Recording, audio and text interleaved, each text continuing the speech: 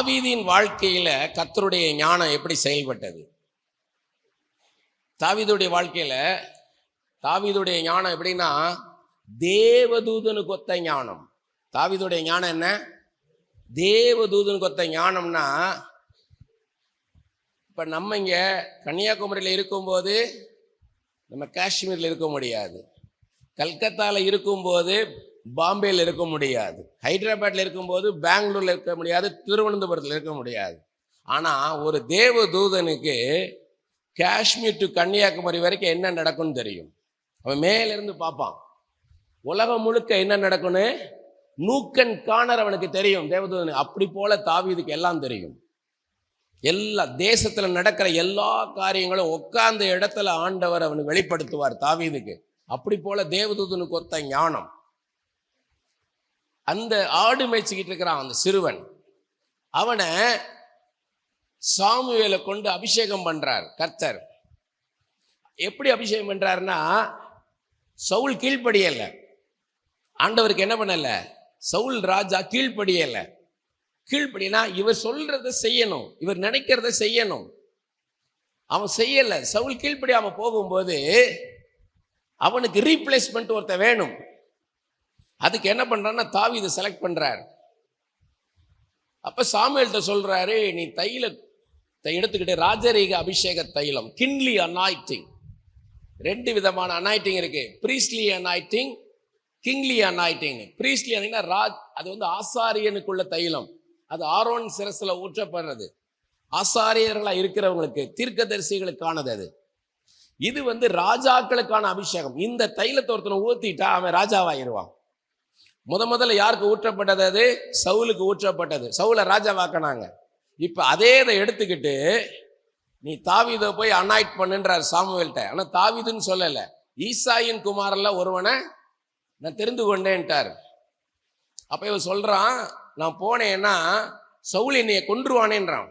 அப்ப இவர் சொன்னார், ஒரு மாட்டை பிடிச்சிட்டு போ, பலியிட போறேன்ட்டு போ, பலியிட எல்லாரும் வருவாங்க, அந்த கூட்டத்துல அவன் வருவான், அவனை நான் அவனுக்கு காமிக்கிறேன்ட்டார் சாமுவேலுக்கு. போயிட்டாரு. ஈசாய் குடும்பத்துல தான் தெரிந்துக்கிட்டேன்ட்டார். ஈசாய் குடும்பத்துல ஒவ்வொருத்தனா வரான். முதல்ல எலியா வரான், அப்புறம் அபிஷாய் வரான், அப்புறம் சம்முவா வரான். எல்லாம் ஓங்கு தாங்க இருக்கிறானுங்க, பலசாலிகள், இராணுவ வீரர்கள். சாமுவேல் நினைக்கிறான், நல்ல ஆளத்தை ஆண்டவர் செலக்ட் பண்ணியிருக்காருங்க. ஆண்டவர் சொல்றாரு, இவங்கெல்லாம் இல்லைன்ட்டார், இவங்கெல்லாம் இல்லைன்ட்டார். அப்ப ஆண்டவர் சொல்றாரு, 1 சாமுவேல் 16:7 சொல்றாரு, நீ அவங்களுடைய வெளிப்புறத்தை பார்க்கிற, முகத்தை பார்க்கிற, சரீர வளர்ச்சியை பார்க்கிற, நான் மனுஷன் பார்க்கிற விதத்துல பாரு, நான் இருதயத்தை பார்க்கிற தேவனாக இருக்கிறேன், நான் இருதயத்தை பார்க்கிற தேவனாக இருக்கிறேன்றார். அப்ப எனக்கு ஏற்ற இருதயம் இவங்கள்ட்ட இல்லைன்றார். இவங்கெல்லாம் இல்லை, இவங்களுக்கு அப்பாற்பட்டு ஒருவன் இருக்கிறான், அவனை கூப்பிட சொல்றார்.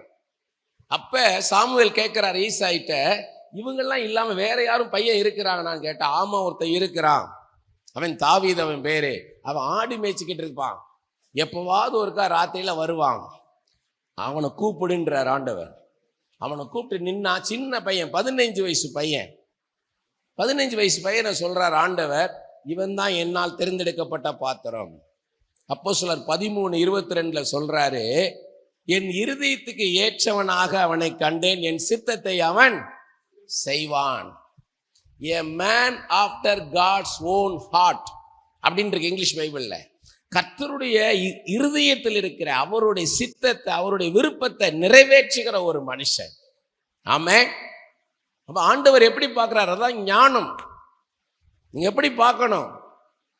உங்க மகளுக்கு ஒரு பையனை பார்க்குறீங்க, உங்க பையனுக்கு ஒரு பொண்ணை பார்க்குறீங்கன்னா எப்படி பார்க்கணும்னா, கர்த்தருக்கு பயந்தவனா இருக்கிறானா, கர்த்தருடைய சித்தத்தை செய்கிறவனா இருக்கிறானா, கர்த்தரை போல பட்சபாதம் இல்லாதவனா இருக்கிறானா, இயேசுவை போல அன்புள்ளவனா இருக்கானா, இரக்கமுள்ளவனா இருக்கிறானா, இயேசுவின் சித்தம்தான் வேணும்ன்றானா, அப்படி இருக்கிறவனா இருக்கணும். கர்த்தருக்கு பயந்தவனா இருக்கணும். தேவ சித்தமானால் இந்த பிள்ளையை நான் திருமணம் செய்து கொள்கிறேன்னு சொல்றவனா இருக்கணும். அவன் எவ்வளவு படிச்சிருக்கான்ல, எவ்வளவு சொத்து இருக்கு, அது இல்ல. ஒரு மகளுக்கு ஒருத்தரை கல்யாணம் பண்ணாங்க. மிகப்பெரிய கோடீஸ்வரன், ஹைலி ப்ரொஃபஷன், பயங்கரமான ப்ரொஃபஷன், பயங்கரமான சம்பாத்தியம். அவன் வீடே அரண்மனை மாதிரி இருக்கும். இந்த பிள்ளை போச்சு. ஒரு வாரம் 2 வாரம் கூட இல்லை, திரும்பி வந்துருச்சு. என்ன நடந்தது? எல்லாம் சீரும் சிறப்புமா அப்படி ஒரு கல்யாணத்தை பார்க்க முடியாது. என்ன நடந்தது? அவனுக்கு ஆண்மை இல்லை. அவனுக்கு ஆண்மை இல்லை. குழந்தை பிறக்கக்கூடிய பாக்கியம் அவனுக்கு கிடையாது. இந்த போல மனசு உடைஞ்சு வந்துருச்சு. சோர்ந்து போயிட்டாங்க. ஊரே பார்க்குற மாதிரி விளம்பரம் பண்ணி கல்யாணம் பண்ணிட்டாங்க. இப்போ என்ன பண்ணும்? ஒடிஞ்சிட்டாங்க. ஊரையே காலி பண்ணி போய் மறைந்த வாழ்க்கை. இப்படி அநேகம் காரியம்.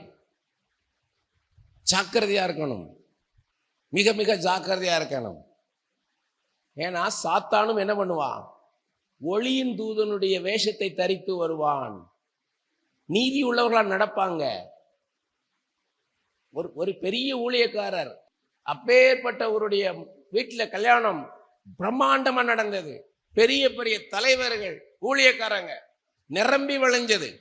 அன்னைக்கு ராத்திரி தான் தெரிஞ்சது. அந்த மகள் போன் பண்ணி சொன்னா, அவன் ஏற்கனவே திருமணமானவன்.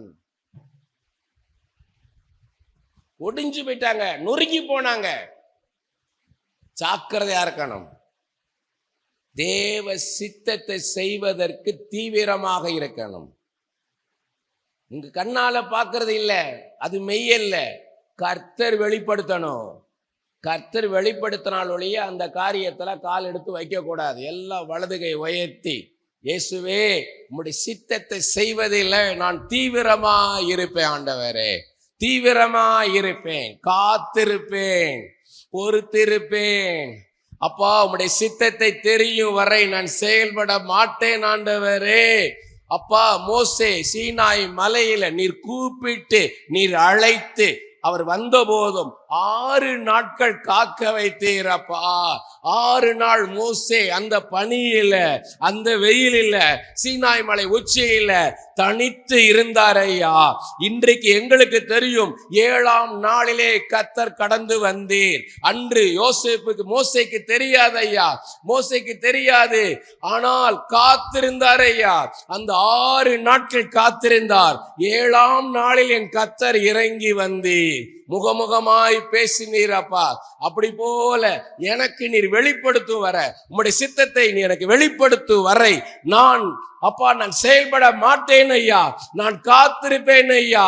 அப்பா தாவீதுக்கு சொன்னீர், நான் பெலிஸ்தருக்கு எதிராக புறப்பட்டு போகலாமான்னு கேட்ட பொழுது, காத்திரு காத்திரு, முசுக்கட்டை செடியின் நுனியிலே ஒரு இரைச்சல் கடந்து போகும், அப்பொழுது அறிந்து கொள், கர்த்தர் உனக்கு முன்பாக தேவ சேனையோடு கடந்து சென்றேன். அப்பொழுது என்னை பின்பற்றி வா, உனக்காக நான் யுத்தம் செய்வேன், உனக்கு நான் ஜெயத்தை தருவேன்னு சொன்னீரப்பா.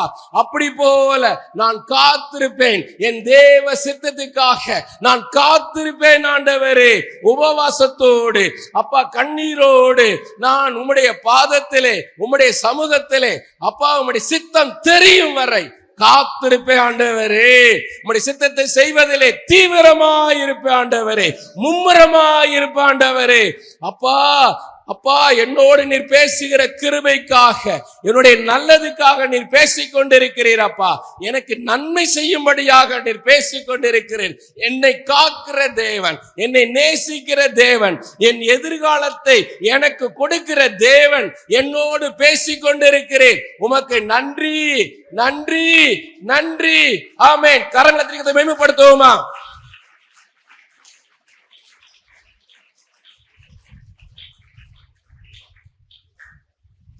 முதல்ல தாவீத எப்படி என்ட்ரி கொடுக்கிறாரு அரண்மனைக்குள்ள?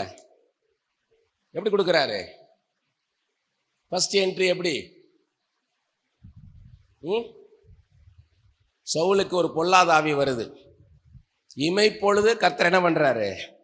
சவுலை விட்டு விலகிறாரு. பொல்லாத ஆவி இறங்குது. அப்ப என்னென்ன மெத்தோட ட்ரை பண்றாங்க அந்த பிசாசை விரட்டுறதுக்கு, ஒன்றும் பலிக்கலை. அப்போ ஒருத்தர் சொல்றான், ஈசாயின் குமாரில் ஒருவனை நான் கண்டிருக்கிறேன்.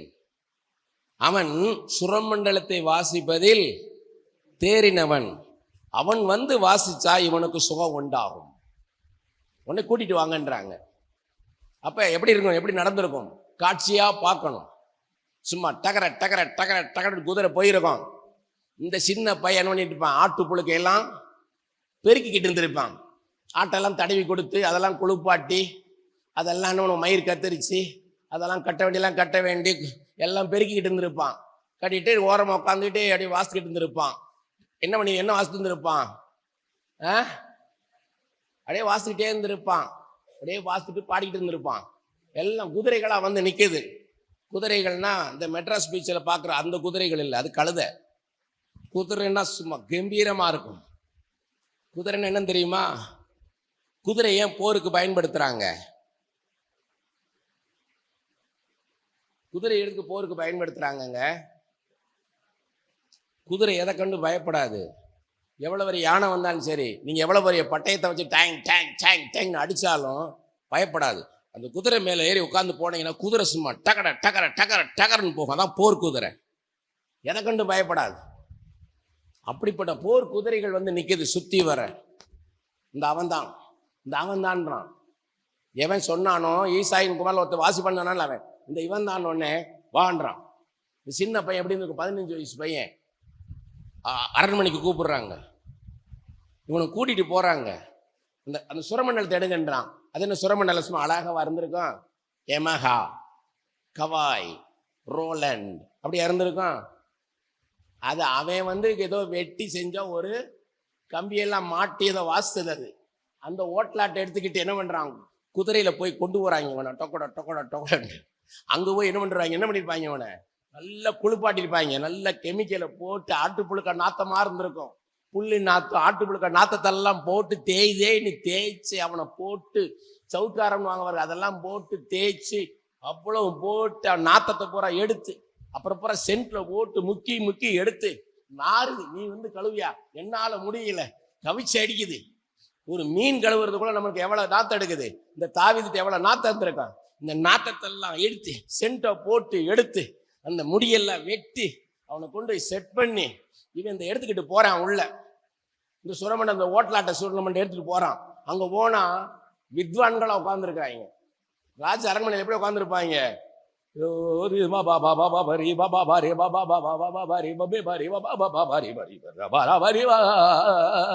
ஒருத்தன் இந்துஸ்தான்ல பாடிக்கிட்டு இருந்திருப்பான், ஒருத்தன் கர்நாடிக்ல சவாரி பாரா பெரிய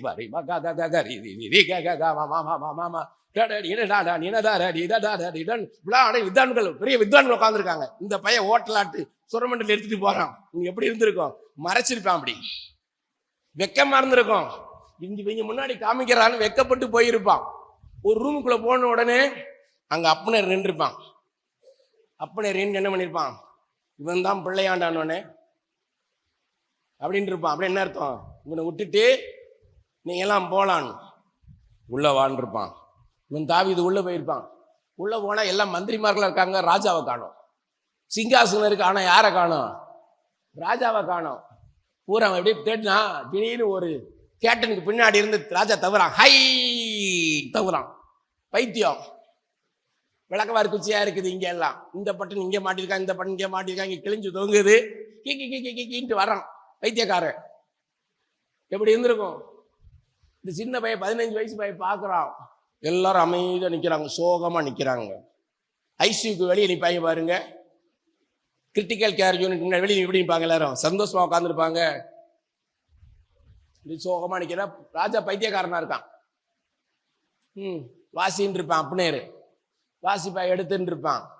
மிச்சவங்க எல்லாம் இதே மாதிரி வாசித்துருப்பாங்க. எல்லாம் வந்து சும்மா கேங் கேங் கிங் கேங் குங் காங் குங் கேங் குங் கான் வாசித்துருப்பாங்க. அப்ப எல்லாம் போட அவனை பிடிச்சி 2 ஆட்டம் ஆடிருப்பாங்க. சவுல் அவன் எல்லாம் ஐயோ பைத்தியம் ஓடி இருப்பாங்க. இப்ப தாவீது என்ன பண்றான்? அந்த பையன் முழங்கால் படிடுறான். முழங்கால் படியிட்டு 2 கையும் வானத்துக்கு நேரா ஏறெடுத்து, ஆண்டவரே நான் அல்ல, நீர் விடுவிக்கணும் ஐயா, நீர் இறங்கி வாரும், விடுதலை தருபவரே இறங்கி வாரும்னு சொல்லி சுரமண்டலத்தில் எடுத்து அப்படி வாசிக்க ஆரம்பிச்சிருப்பான். அப்படி வாசிக்க வாசிக்க தேவ பிரசன்னம் அந்த அறை முழுவதும் இறங்கி வருது. தேவ பிரசன்னம், தேவ மகிமை, ஒரு பெரிய வெளிச்சம் இறங்கி வருது. சவுல் மேல இறங்கி வந்தோடனே சவுலுக்குள்ள இந்த பொல்லாதாவி பறந்து போகுது. சவுல் நான் எங்க இருக்கேன், நான் யாரு, எனக்கு என்ன நடந்ததுன்னு கேட்கறான். அப்பனே காதுல போய் சொல்றான், நீ பைத்தியமாயிட்ட, நீ பைத்தியமாயிட்ட. இத்தனை காலம் நீ பைத்தியமா இருந்த, இவ்வளவு காலகட்டம். இந்த பையன் 15 வயசு பையன், இவன் வந்து சுரமண்டலம் வாசித்த போதுதான் அவனுக்கு விடுதலை கிடைச்சது. நிறைய மெத்தடு ட்ரை பண்ணோம், ஒன்னும் நடக்கல. இந்த பையன் வாசித்த போது தேவ மகிமை இறங்கி வந்தது உன் மேல.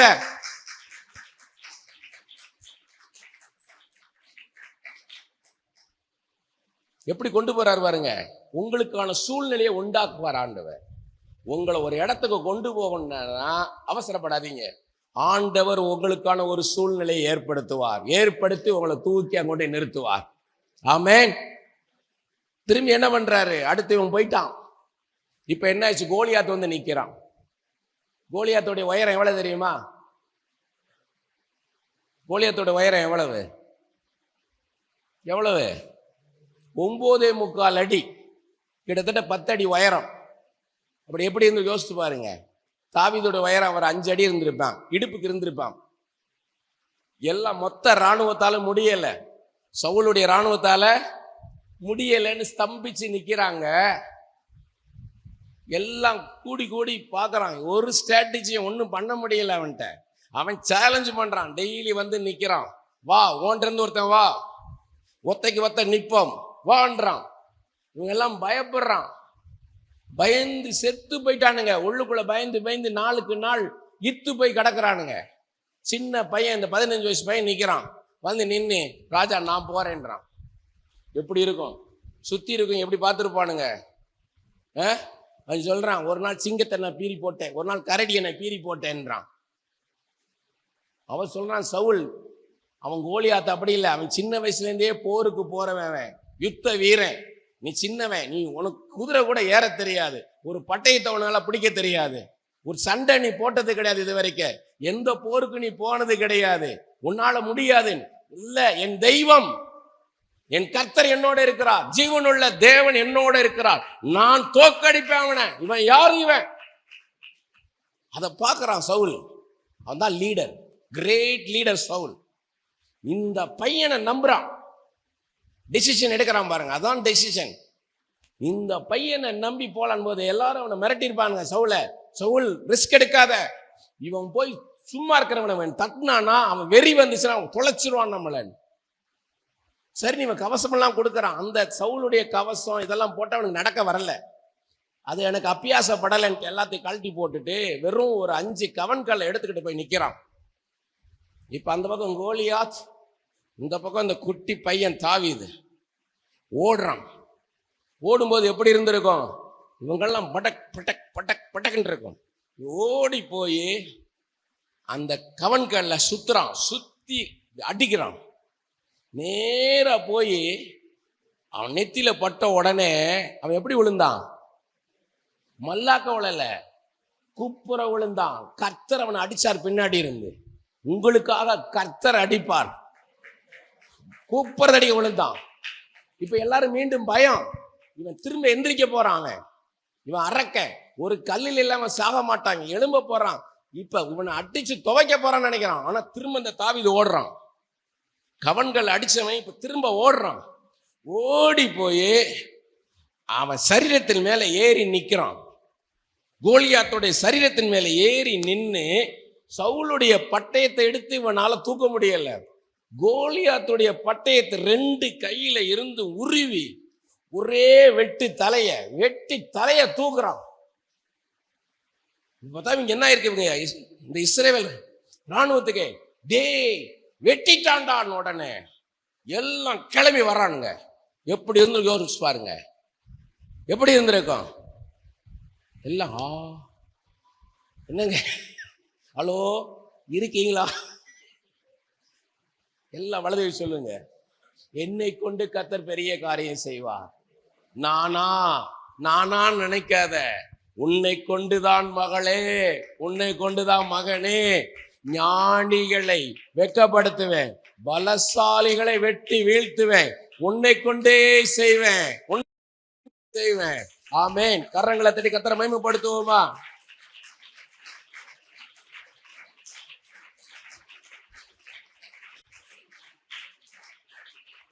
நம்ம என்ன நினைச்சோம்? இவன் சுரமண்டலத்தை எடுத்து கொண்டு போய் அரண்மனையில போய் வாசிக்க போறான்னு நினைச்சோம். ஆனா ஆண்டவருடைய திட்டம் என்ன?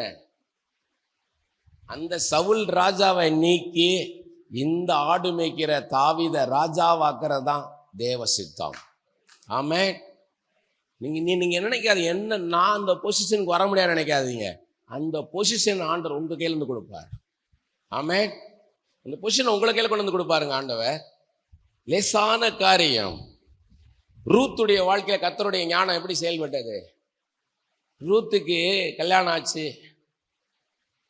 புருஷன் செத்து போயிட்டான், புருஷனுடைய சகோதரன் செத்து போயிட்டான், மாமனார் செத்து போயிட்டாரு. ஓர்பாள் என்ன பண்ணிட்டா? போயிட்டா, நீ போயிட்டு வா, நீ உன் வாழ்க்கையை தேடிக்கணுன்னே மாமியார் விட்டு போயிட்டா. ஆனா அந்த ரூத் என்ன பண்ணா? மாமியாரை விடல. உன் தெய்வம் தான் என் தெய்வம். மரணம் நம்மளை பிரிச்சா பிரிக்கட்டும், அது வரைக்கும் நான் உன்னை விட்டு போக மாட்டேன்னு பின்னாடியே வந்துட்டா. நான் என்ன பண்றேன்? அப்போ மாமியாரை பார்க்கல, தாயை போல பார்க்கறா நகோமிய.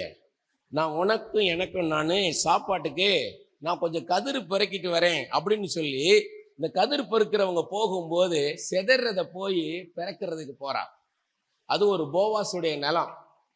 அங்க போய் பிறக்கிட்டு வரா. மாமியாருக்கு இவளுக்கு சாப்பிட்றாங்க. இந்த யாரு நிலத்துல போய் இந்த கதிரை பொறுக்கணும் போது போவாஸ்னு பேரு.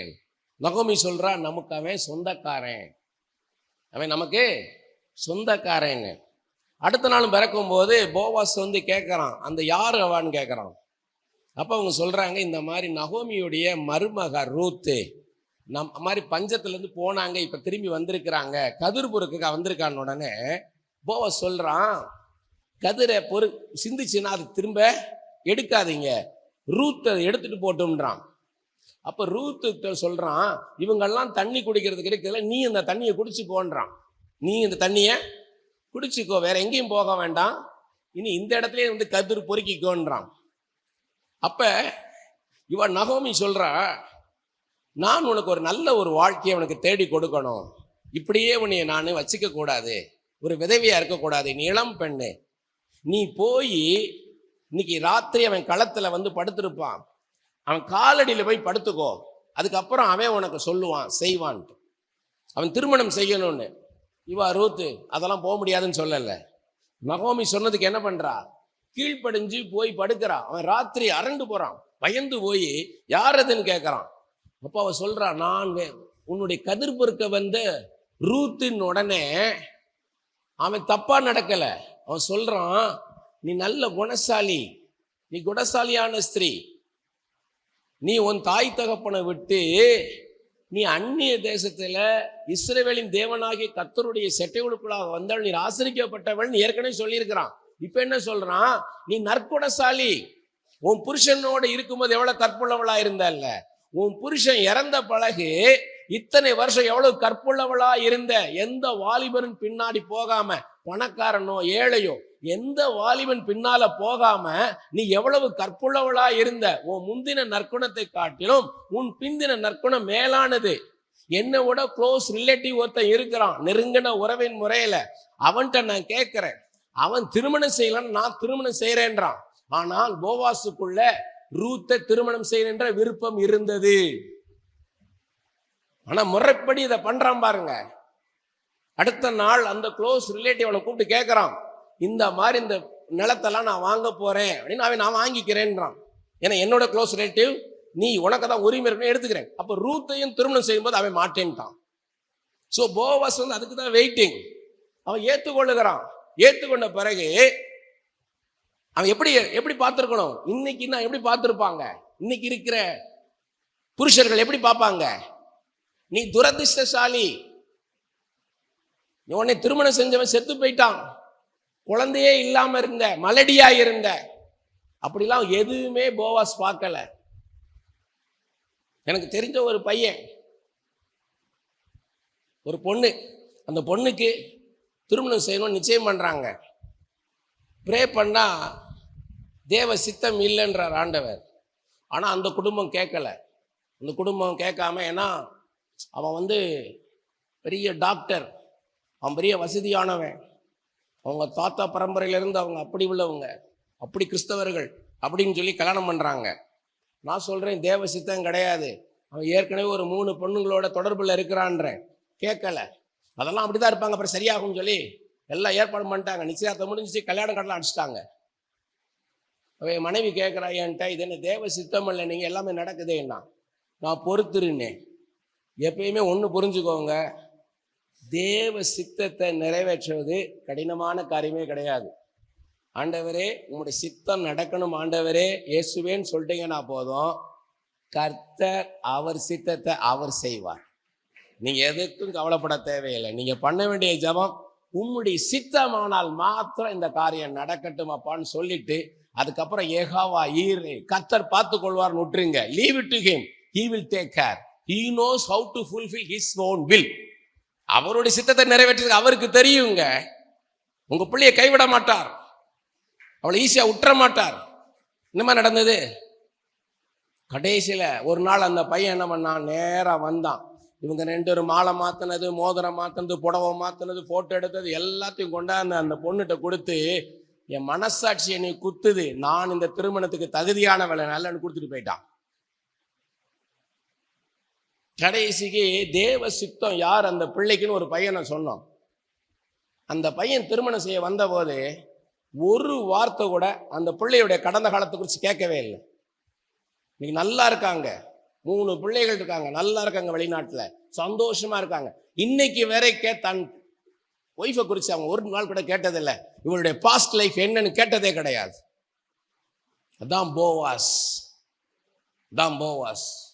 உன்னுடைய பாஸ்ட் லைஃப் எனக்கு தெரியாதான்னு ஒரு நாளும் ரூத்துட்டு அவன் கேட்கல. உன் புருஷனோட எப்படி இருந்த, நீ எப்படி வாழ்ந்த எனக்கு தெரியாதா, நீ தப்பு பண்ணிருப்பேன்னு சொல்லியிருக்கலாம்ல.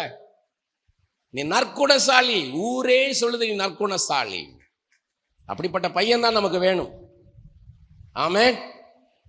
எப்படி பாருங்க, காலில் கிடக்கிறா. இவன் பெரிய கோடீஸ்வரன், அவ கதிர் பொறுக்கிறவா.